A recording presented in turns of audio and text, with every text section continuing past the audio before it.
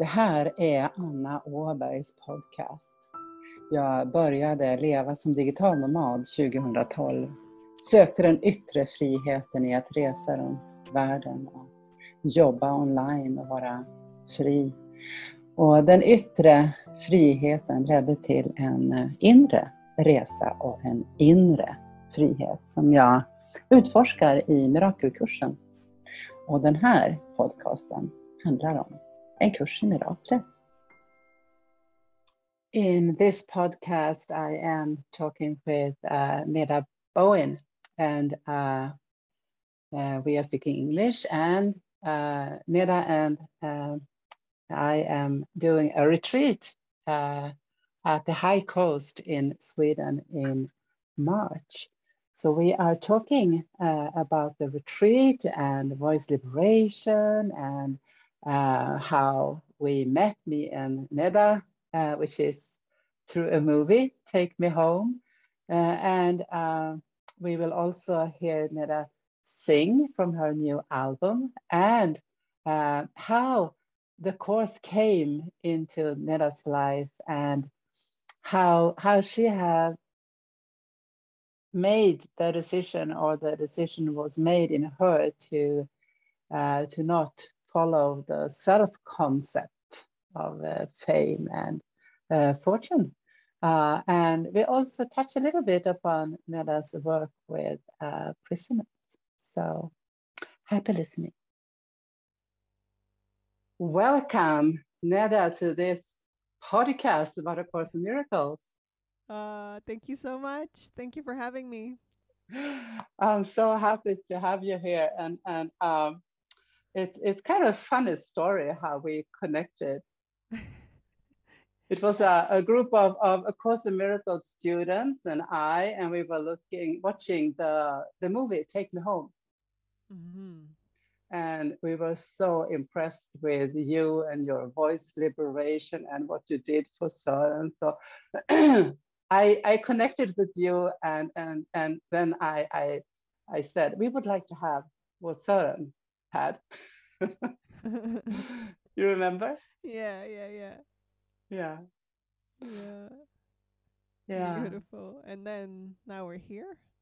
And now we are here. And now we're doing. I remember you said I'm not doing that exact thing individually anymore, but I do groups. So we have a retreat now. Yeah. I feel it's a bonus. Yes. Now everybody can enjoy it. Yeah. Yeah, I noticed that even in groups, people always get exactly what they need personally. Yeah. Yeah.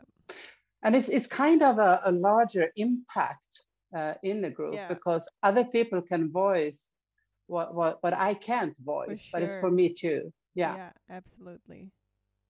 Yeah, it's beautiful.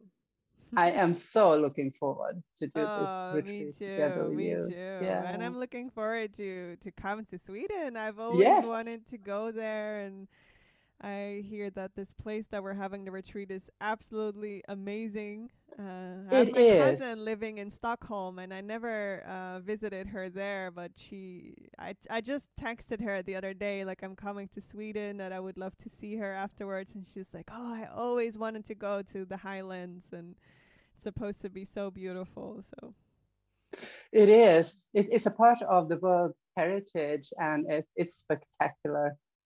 So that's a bonus as well. Beautiful. Yeah.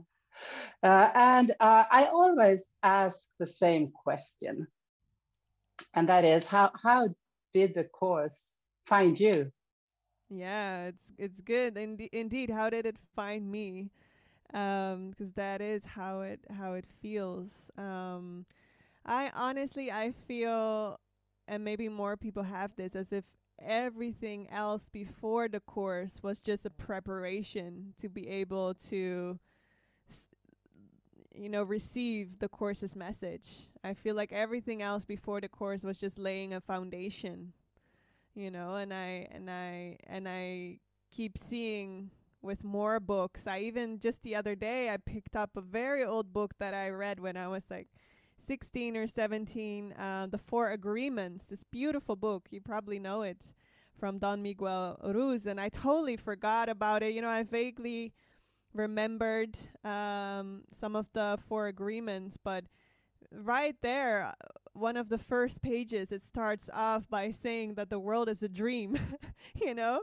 And I was reading it, I was like, huh, that's interesting. Like, even before the course, I was reading these books that were preparing me for these big ideas, you know, that the course is offering. But I'd say, like, the first book that directly brought me to the course, so the last book basically before the Course in Miracles, was Return to Love from Marianne Williamson.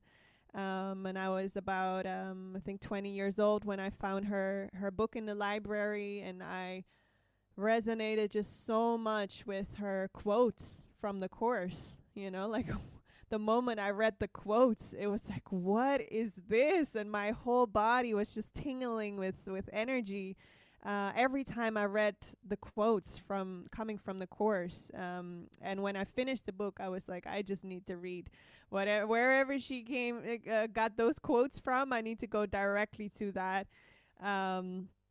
So I remember going to the library, and there were two big blue books with the golden letters, and they just felt so magical to me. And I remember picking one out of the shelf in the library, and I was like holding it. I remember like hugging it. I was standing there, and I could just feel like, oh my God, this is going to change my life. And I had no idea yet. Nobody in my surroundings was studying A Course in Miracles. I didn't know anybody. YouTube wasn't a thing yet. I didn't know YouTube, you know, so I couldn't even look up any other people that were doing this. So I literally didn't know anybody except for Marianne Williamson that I just read this book from, that was into the Course in Miracles. But ever since then, really, I couldn't let it go. I was just dragging it along with me everywhere I went, in the subway, in the train. It was in my bag, even though it was so heavy. I would always carry it with me, and I still so appreciate it, and it's so part of my life right now. So, yeah. And you have made songs from the lessons, right? Yeah. So Yeah. that happened after about, I think I was studying the course for about 3 years. And this was just, I also read the book from Gary Renard, The Disappearance of the Universe, and I started to open up a bit to, you know, maybe there's more people that are actually doing this. Because my thing was always, and that has been very healing for me in this life, this sense of that I have to do everything by myself. It was always like, oh, just me, like even God, you know, who needs God, right? It was everything just me. And even though it's a self-study course, you know, I think it can be so helpful to connect with other people that are also studying this.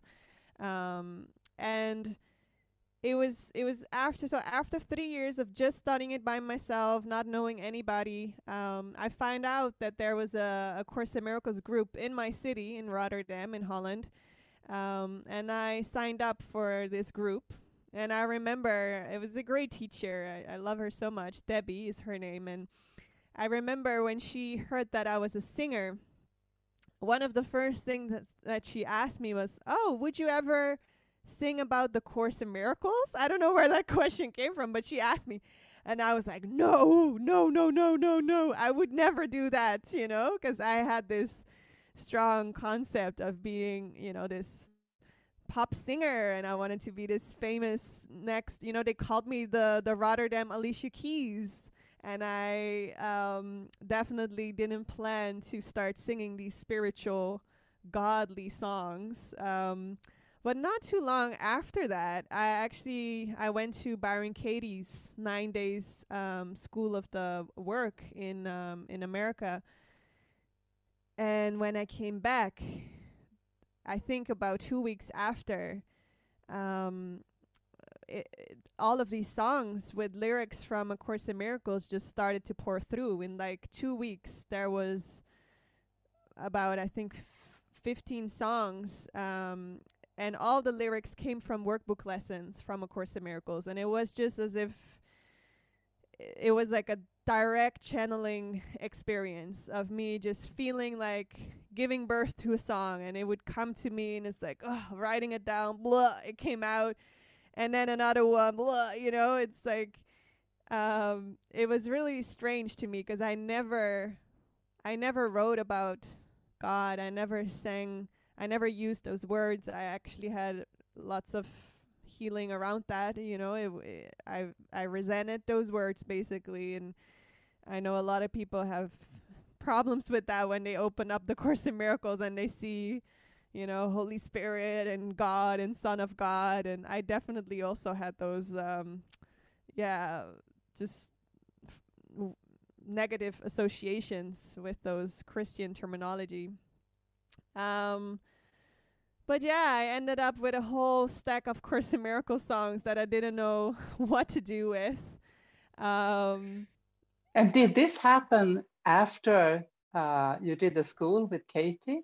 Yeah. Is it a connection? Because we are doing a workshop with the work and a Course in Miracles on Sunday. So I'm just curious. I think it is very connected. Her book also, actually, I told you when I went to the library and picked up the Course in Miracles, at that same day, I also picked up Katie's book for the first time, the 4 Questions That Will Change Your Life. And, since the Course is such a thick book, I started reading Byron Katie's book first. And her third question in her work process is, who would you be without this thought, right? And when I read that question, who would you be without that thought, it just blew my mind. I never even thought of that, like what world would I live in if I wouldn't have this crazy thought, right? And that was so huge for me, and I instantly fell in love with her work and with her.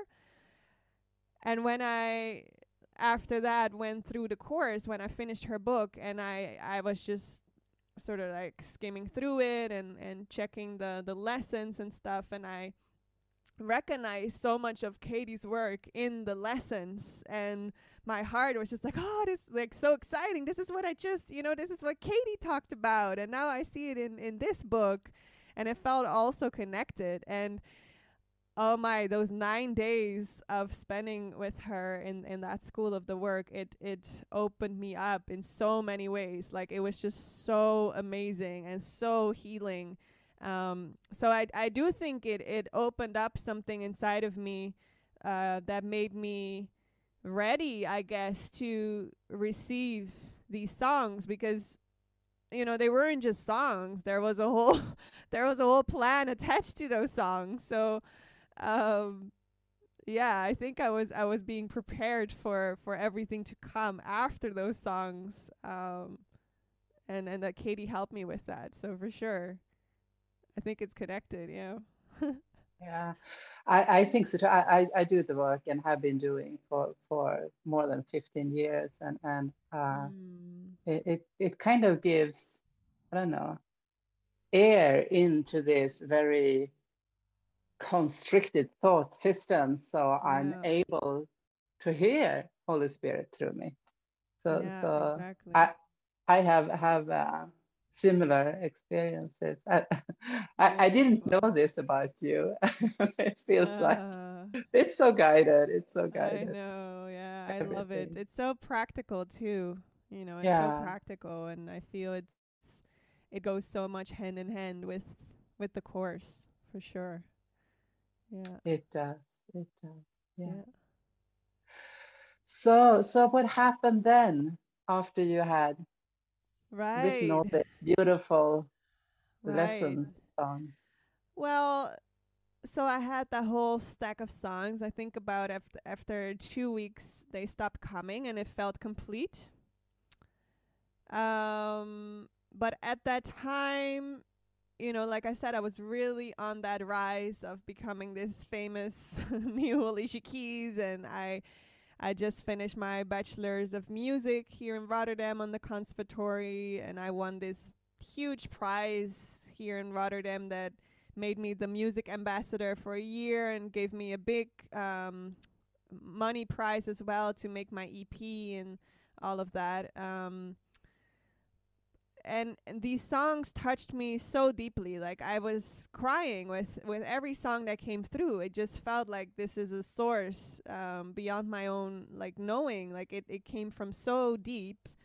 But like I said, there was still this shame, and I put them away. And I do remember that I sort of addressed it in the the board meeting for this prize that I won, because I had to make some sort of a CD. So I was sort of like saying like I can maybe do something with that, but they also instantly, they just reflected my own shame, right? And they were also like, no, that's not really that's not really such a good idea for now, just record your commercial appropriate songs. And honestly, now that became When Lambs Become Lions, my first EP. It's still it's a lot more commercial, you could say, than my work now, but it still has some very deep songs and some beautiful songs. When Lambs Become Lions, it's also a song about transformation and waking up. But yeah, so the rise in wanting to become famous, it continued. I got asked for The Voice of Holland, the big TV show, not long after these songs came through, maybe like half a year later. And I said yes. Finally, they asked me already many years, but now I felt like, yes, this is the time. I have my EP, I finished my bachelor's, and I'm ready to launch my career. And it was really there in that big spotlight, where I really realized that all of that glitter and glamour would never really give me what I truly desired, because there was this deep desire actually for God. I can say it now, and I was very ashamed of it then, but from small already. Like if you listen now to my new album, there's a song on it called Homesick, and I'm singing there, I'm home, but I'm homesick. And it comes from this deep sense of when I was a little kid, that I would be home, in my own home. And I had a very lovely home. I have the most incredible, beautiful parents. But there would be so many times where I would feel so homesick while I was home, and I couldn't understand this feeling, and I couldn't place this, like, why is there something inside of me yearning to go back to a place that I don't even know, like what? And now I understand, like I was actually missing my true home, and I lost touch with God and with who I truly was, so from a young age there was already this yearning for, I don't truly belong here, like what am I doing here? And so I think I needed that big glitter and glamour world to really see that I wanted to go deeper. And at that time, also below the surface, everything that I was certain of, and again, like everything I basically talk about now, all turned into songs on my new album, because what I'm sharing now is exactly what the song Dark Night of the Soul on my new album is about, where everything, it starts off by, all that I thought that was certain fell away. The ones I thought never would leave me couldn't stay. The road that seemed so clear before made sense no more. I sat down beside you and asked you, what is it all for?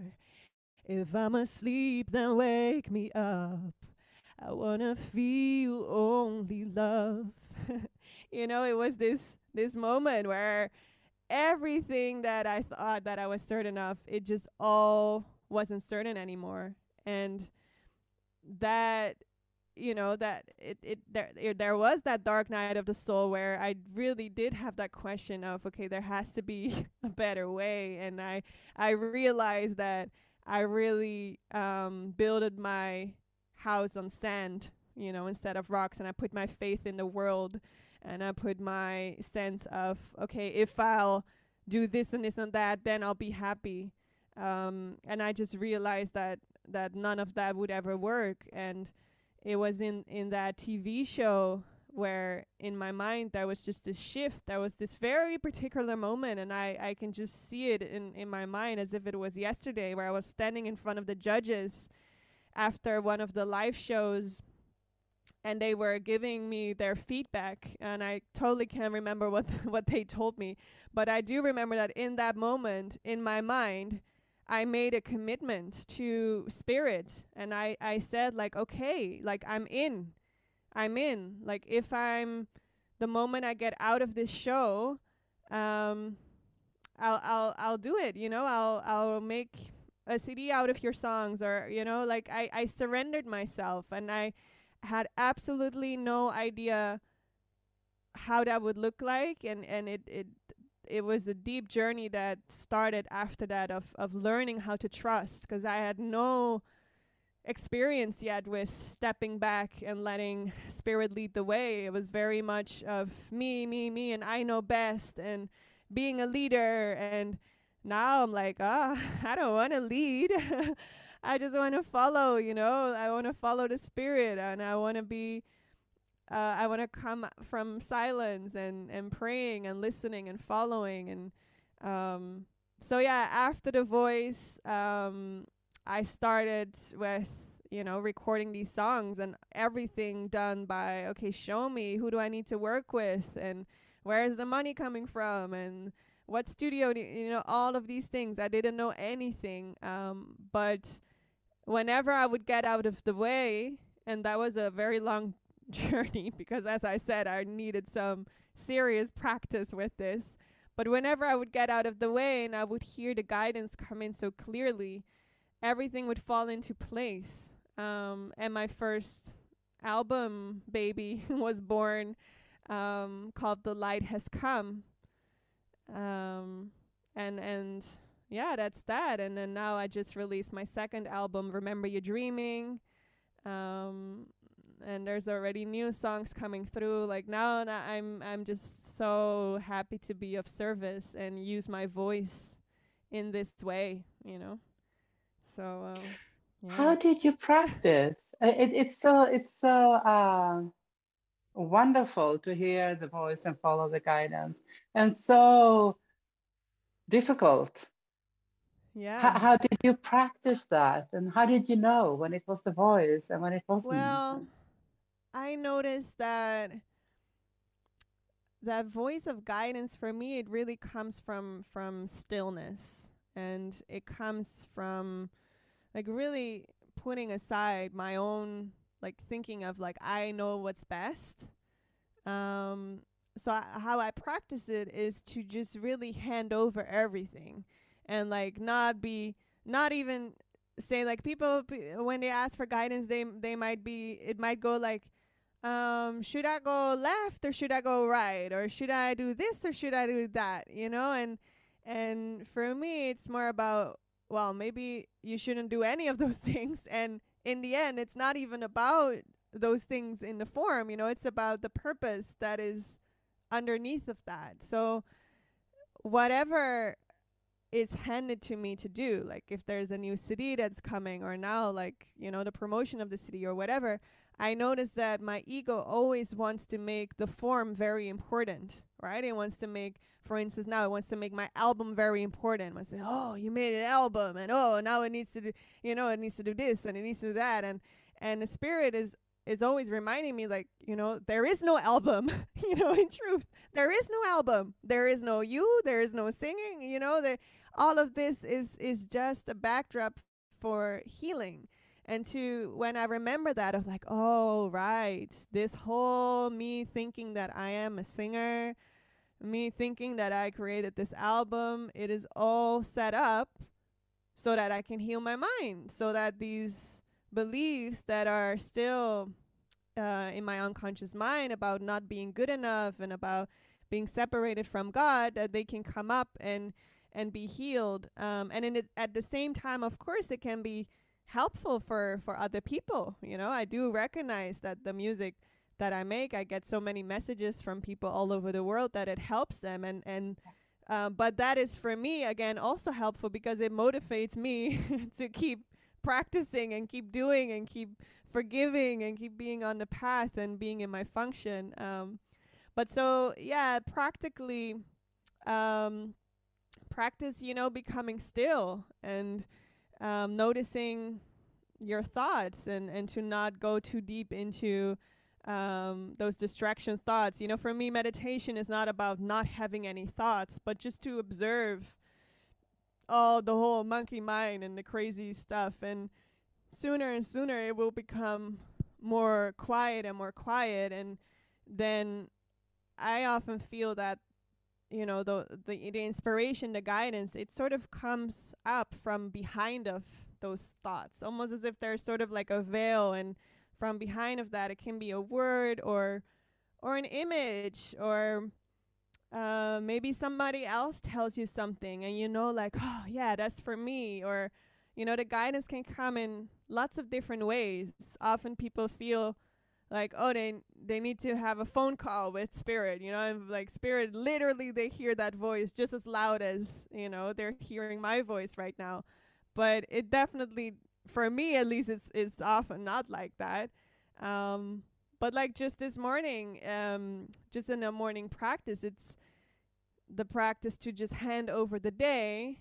And well, I mean, like I don't have a normal steady job as most people, but I think even if you do, you can still incorporate this to be like, okay, I hand over this whole day, and what do you want me to do? Instead of trying to be in front and be like, oh, I'm so important and I know everything that I need to do.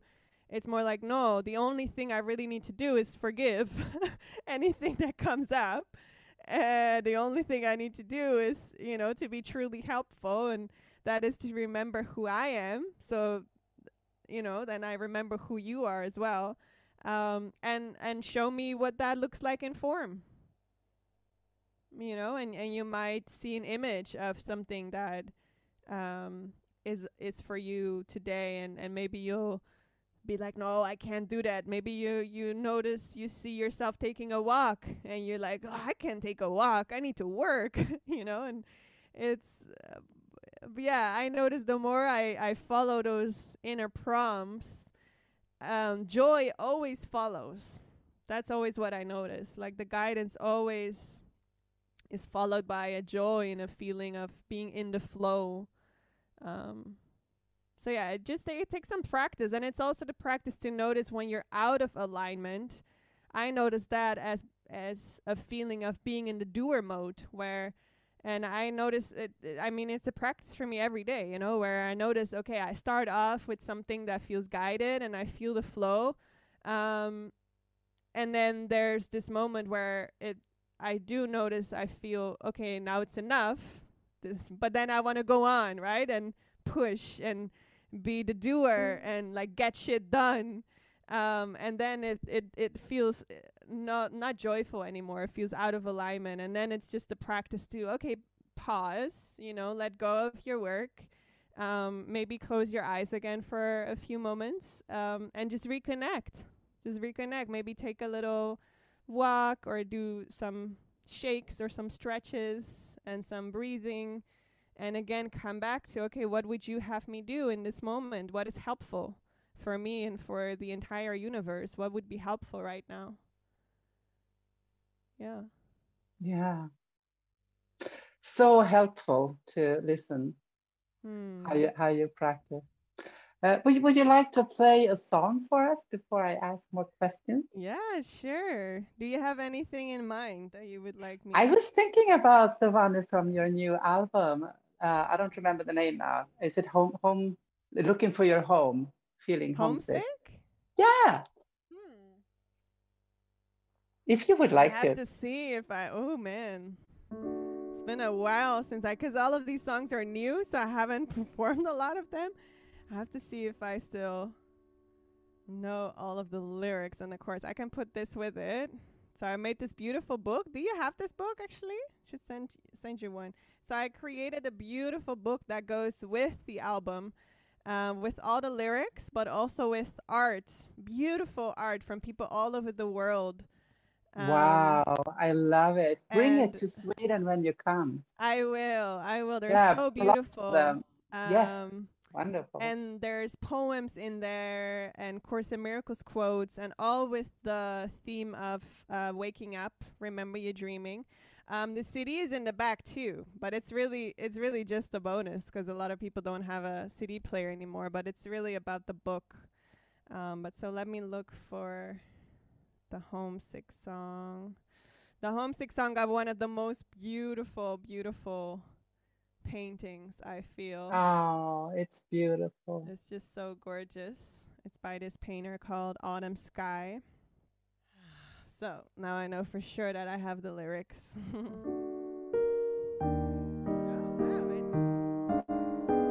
It just started playing by itself. It's this demo from the piano. It's like spirit saying like, I got you. You don't need to do anything. Exactly what I was thinking. Oh, the humor. Thank you. Oh, I love it. Okay.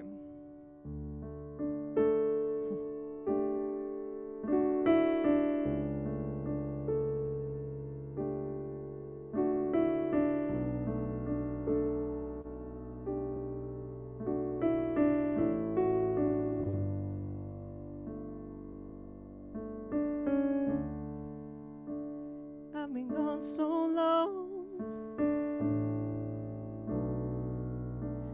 that I don't even know where I came from and where I truly belong.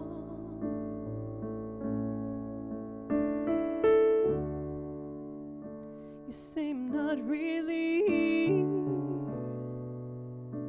and that there's nothing to fear, yet I still feel like all of this is real. I'm home, but I'm homesick.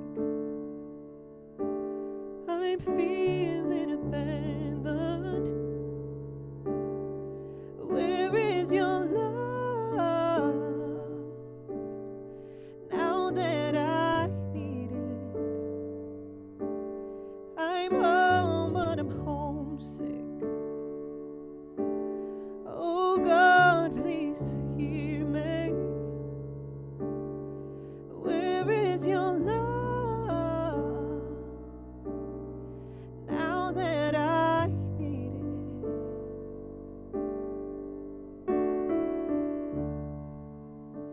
The road seems so long. I'm tired of being strong. Help me to hear the melody of your song.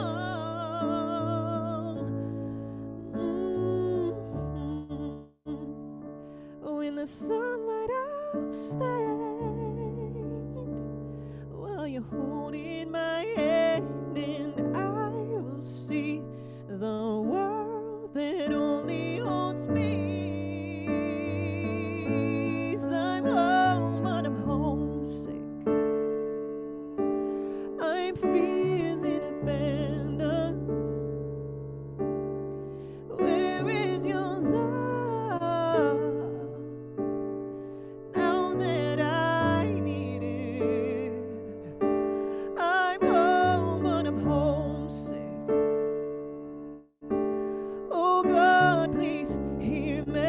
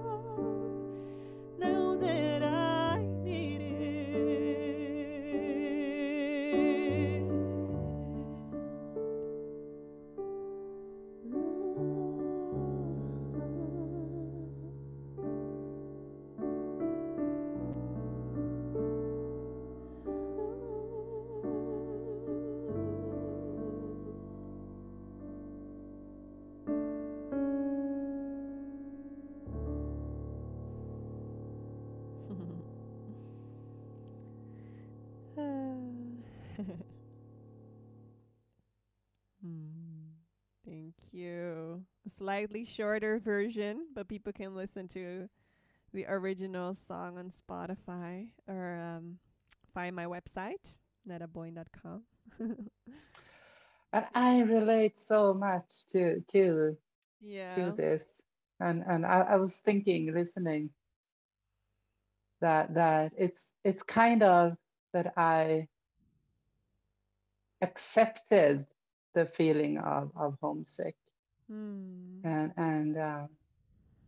And it's related to your story when you understand that the self-concept cannot give you what you truly Yeah. desire. And for me, it was like I try to accept the homesickness. Mm. And I traveled all over the world because I wasn't at home anywhere. So I could travel everywhere and be at home. And I think it came to a point where I understood this will never give me what I truly desire. Yeah. And that it's so true what you said. That is the turning point Yeah. when I could understand that this is Yeah. not giving me what I truly Yeah, and then you're desire. ready to go within. I'm reminded of a few years ago when I gave a concert in San Quentin State Prison. It's a huge prison in San Francisco, and so beautiful that there's so many prisoners there that study A Course in Miracles. You know, they all came with their course book to my concert. It was just so beautiful. And they got it, you know. They see the course as the real way out, you know, not just the wanting to go out physically, but they see like, okay, the Course in Miracles is actually giving me the tools to really be free. And I was so touched by one of the men in there that I think he was in there for already about 50 or 60 years.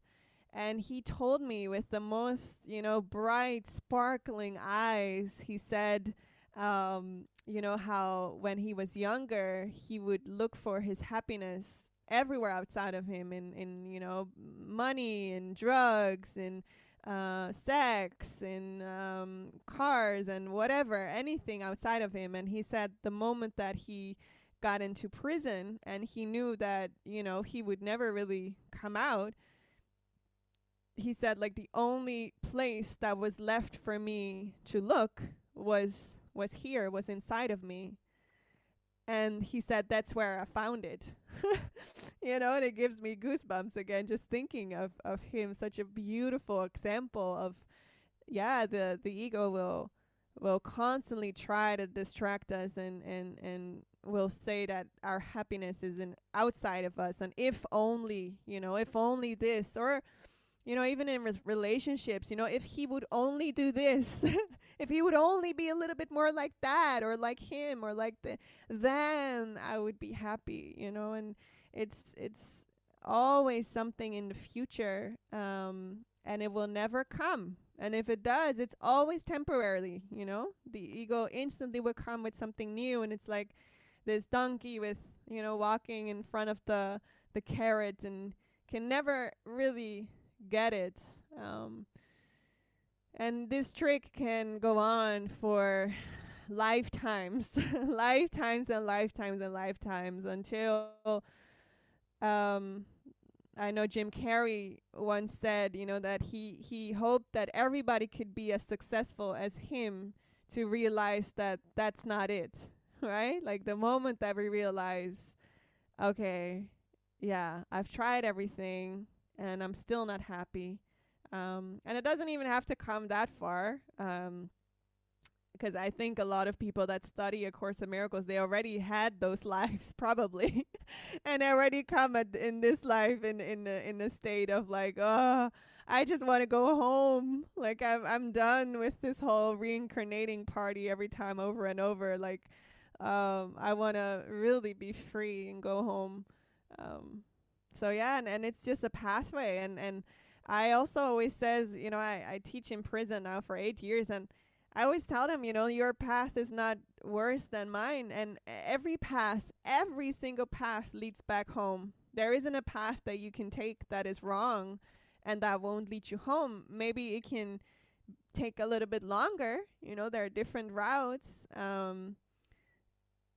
But I always say, even if your path is that of being a mass murderer, even that path will eventually bring you back home. And that will be the path that is for you to bring up all of the unconscious guilt so that it can be healed. It's like whatever path we're on. I love how A Course in Miracles is saying, that God put a limit on our free creating possibilities, basically, right? So, okay, we might have created this whole illusion, seemingly. I mean, in truth, you can't create illusions. But there's a limit on how sort of like how we can miscreate, right? And we can never go up until the point where we actually separate ourselves from God. Like it's just not possible. So even within this illusion, which is an illusion based on separation, right? It's basically an experiment almost of like, what would the world look like if God wouldn't be there, if God would hate us, and if we would hate God, and if we would actually be separated. What would that look like? And then boom, okay, here's the world. But then even in that world, if you look more closely, it's like, no, even here, you can see it from two ways. You can also see that God is actually in everything that we see. It's even a lesson in the Course. God is in everything I see because God is in my mind. I also made a song out of that on my first album, The Light Has Come. And then it all becomes a reflection, actually, of God. It all becomes a reminder of, nope, I'm still here. Like, you can create all of your crazy illusions, but I'm not going anywhere. I'm still here. So yeah, I think that's good news. However crazy dream we think we made up, it can never have a true effect on who we are. We don't have the power to separate ourselves from our source because we are one. It's like the wave can't just take itself out of the ocean and go wave somewhere separately from the ocean. It's impossible. It's part of it. It's one. Yeah. And that's where I can relax and rest. Yeah, that's where you should relax and rest. Yeah. Yeah, for sure. For sure. Before we end, on the retreat, we will do voice liberation. Would you like to enlighten us a little bit about what that is and what we can expect? Sure. Yeah, so voice liberation. A Course in Miracles says that it's not a course about love, because love is who we truly are. But it is a course that teaches us to undo the blocks to the love that we truly are. So it basically says, who you are is just perfect love. But because of these blocks that are blocking that, almost as if, clouds in front of the sun, you lost touch with who you truly are. And so therefore, the Course is saying, like, I'm not going to teach you that you're love, that or about that love, that's who you are. But we are going to go to those blocks to actually look like what is blocking who you truly are.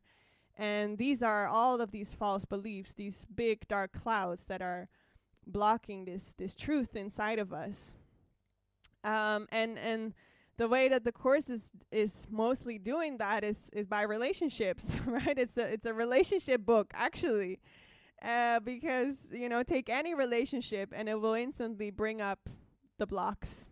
And if you don't know that they're actually projections of your own mind and that they're actually projecting your inner wounds, then the relationships are so difficult. I mean, they're difficult if you know it, but they're even more difficult if you don't know it, because you'll keep searching for somebody else and the blocks go with you, right? It will just, these patterns, they will repeat themselves. But so the Course is actually a very practical book with its 365 lessons as well to find those blocks within ourselves and to release them. And I found that voice liberation is like a super help with that, with finding those unconscious blocks. And there's something about using the voice as this tool for healing. So voice liberation is absolutely no singing class. It has nothing to do with singing beautifully. Even though I must say that once you get in touch with your inner voice and you get in touch with that, the voice, like I get tears and goosebumps from people that claim that they have the worst voice in the world, you know, and I don't get this from people that sing beautifully in the world's terms, you know. I get this when somebody is in touch with their inner everything and then sing from there, you know, then it's like, oh my God, it's always so beautiful. But yeah, so with voice liberation, we really use the voice as a tool for healing. And it goes deep. It goes so deep every time. And I can't explain it. I never done any circa psychedelics myself, but I had so many people that come to me and say like, oh my gosh, this was more even than my ayahuasca ceremony or my, you know, these psychedelics ceremonies that they do, that it feels very similar to a lot of people I heard. So yeah, it's just a super tool that we all have, our own voice. It's here, it's available, and I think it's been given us, you know, to help us release these blocks and break through them. And yeah, I just want everybody to know about that, and that it's available. And it's something so interesting that this voice is so powerful, and yet this is the one thing that most of us learned not to use anymore, right? As little children, everybody is singing, everybody's dancing, it's all so free, and then there comes this moment, I guess also when the ego is getting more firmly stationized, or however you say it, getting more roots inside of us, everybody stops singing, right? And they hear, you know, shut up, and you're not so cute anymore at a certain age, so you learn to just shut up, and maybe only under the shower or in the car.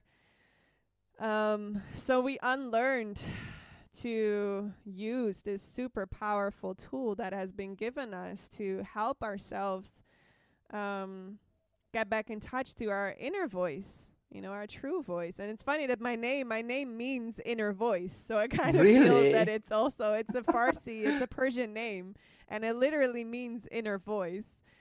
It's used a lot in poetry from Rumi and Hafez use it often in their poems. And so I feel that's kind of also what I really want to invite people to get back in touch with, you know, get back in touch with that inner voice. And there's just some really practical things that you can do with your voice to get back in touch with your inner voice, and to release these unconscious blocks. And so in this retreat, we're going to have a full weekend where we're going to experience that. And I think the retreat for people in the retreat center is already fully booked, but there's some spots left for people that are local or that have a place to stay, and online. I know people can join online. Yeah, we have, I think it's 8 spots for people who find somewhere else to stay, and people can connect with me, and I can help to find somewhere to some stay. Airbnbs or Airbnbs like and friends and other hotels, and we just find a way to do it.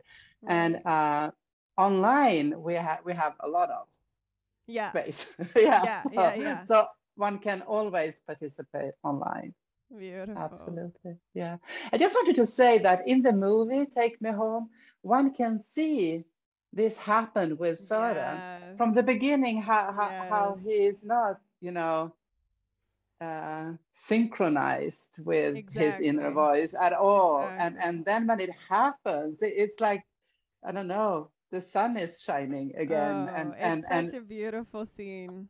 Such a You see beautiful it. You're scene. right. You see the transformation, and it's Yes. yeah. I can share a bit about that because it was so beautiful. I didn't know anything about him before that, so even me watching back the movie, I'm like, oh my god! Like this was his prayer. Like his whole prayer was becoming honest, right, and really not holding back anymore of what he was really feeling.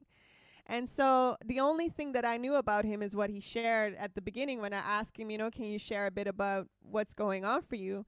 Um, and we started singing, and I think the line that he started singing was, "I want to trust. I want to trust in you," right? Because he was sharing something about it. He had a hard time trusting in God and surrendering these things. So we try to sing that, but you can hear it, and this is how the voice is so naked. It's so transparent, and it just can't lie. Like you'll instantly see, like, no, this is not true. Like you're lying. You don't want to trust, right? So he was singing it, and you can see in the scene, and whomever, maybe you can put the link in the show notes because it's such a beautiful movie.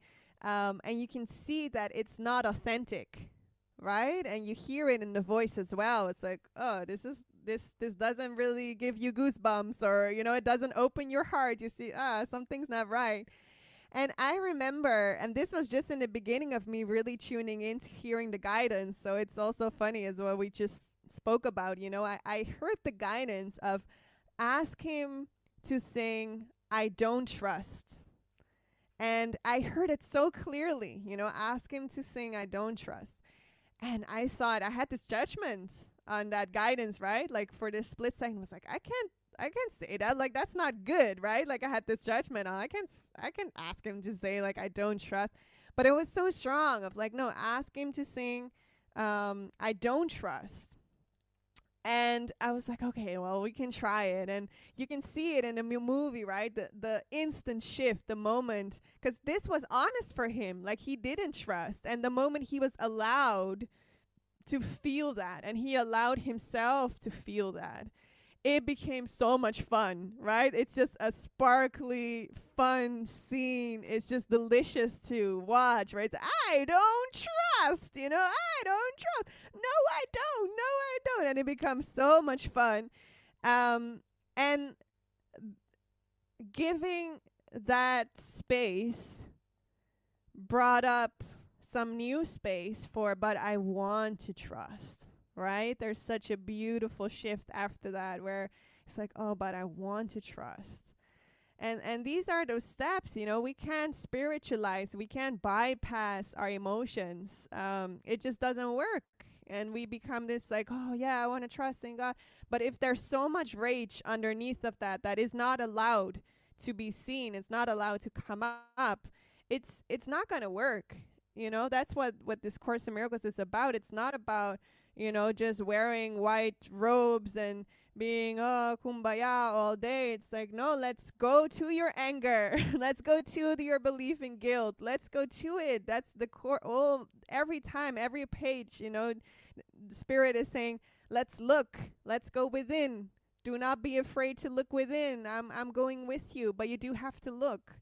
And that's what we're doing with voice liberation. We go within and we give space to that which we've suppressed and what is now ready to come up and to be seen and to be released, so that there's space again for what actually wants to be present, which is the light. The light and the love that you are wants to shine, but it can't shine if it's covered in rage and in sadness and in guilt that hasn't been allowed to be there, right? That has been suppressed. So yeah, it's a beautiful example. I would definitely advise everybody to go check out that movie and check out that scene, because it's just so touching. Yeah. Yeah, it's so beautiful. And I can't wait to see you in March and do the Me retreat too. together. Me too. And we will do some readings, we will meditate, Yes, we for will sure. uh Some walks. also, yes, and also use the environment in some way. I don't know yet in what way, but it's so beautiful there. So we will find a way to maybe create a ceremony or something. We call it New Beginnings because it's your New Year, right? Yeah, it's also we're gonna do it indeed in the Persian New Year, which is the beginning of spring. Which I always find makes way more sense to have the new year at the beginning of spring than at the 1st of January, you know, because it's a new year and everything is growing again. So it's a beautiful weekend to reconnect and realign and start fresh, let go of the past, and start new. Yeah. Thank you so much for allowing me to interview you and for the song. Thank you so much, Anna. I look so much forward to coming to you.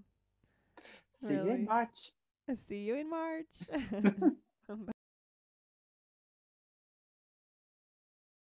So you listened to me and Neda talking, and I hope to see you in March at the retreat. And below here in the show notes, you find the landing page, and you can participate online from anywhere in the world. So please join us for some voice liberation and reading from the course and new beginnings.